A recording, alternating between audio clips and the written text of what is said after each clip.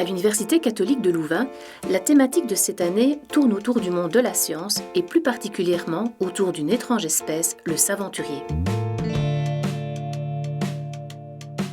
Le terme saventurier, contraction de savant et d'aventurier, est là pour nous rappeler que le chercheur est loin du stéréotype du professeur tournesol.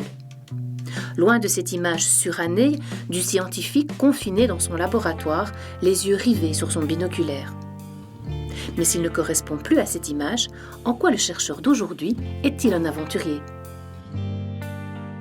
Le chercheur, le scientifique, est quelqu'un qui prend des risques par rapport à ce que l'on connaît et ce qui reste à découvrir. Donc l'aventure scientifique, dans ce sens-là, pour moi, c'est le fait que tous les chercheurs, tous les scientifiques sont aux frontières des connaissances. Et leur objectif, c'est de transgresser. Alors j'aime bien le terme transgresser, parce que c'est pas simplement passer la frontière. Passer la frontière, tout le monde passe la frontière. Transgresser, ça veut dire aller au-delà où, quelque part, on n'est jamais allé. Donc le scientifique, c'est ça son métier, en fait.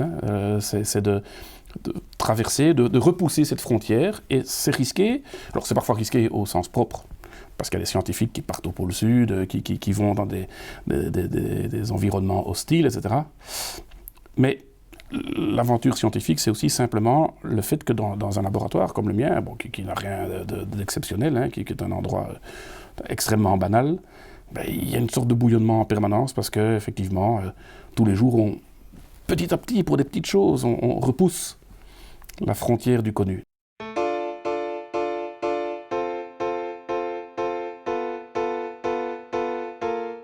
Un bon exemple de ces chercheurs est le professeur Sophie Lucas.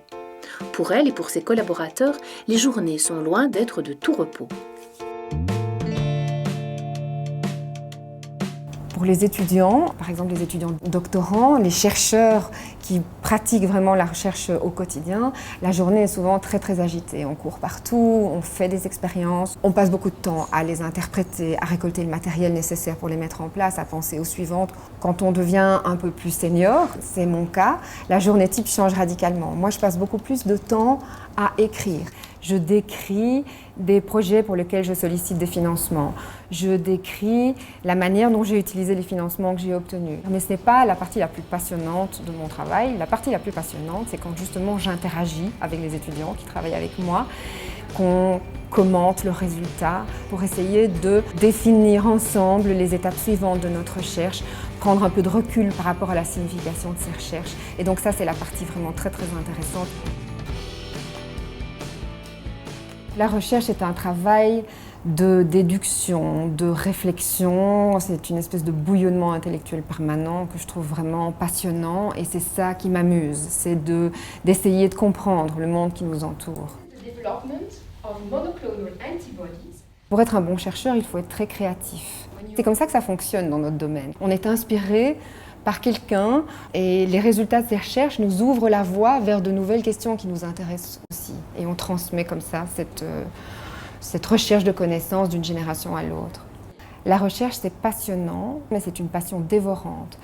Il faut être prudent avant de se lancer dedans parce que c'est parfois un parcours très difficile. Mais si vous avez cette petite flamme de curiosité qui vous anime, alors lancez-vous. Vous n'en aurez probablement pas beaucoup de gratification de la part du grand public, mais par contre, vous aurez l'occasion d'avoir quelques petites satisfactions qui viennent de l'intérieur au moment où on fait un pas dans la compréhension de quelque chose. Et ces satisfactions qui se construisent à l'intérieur, elles sont d'une intensité absolument exceptionnelle.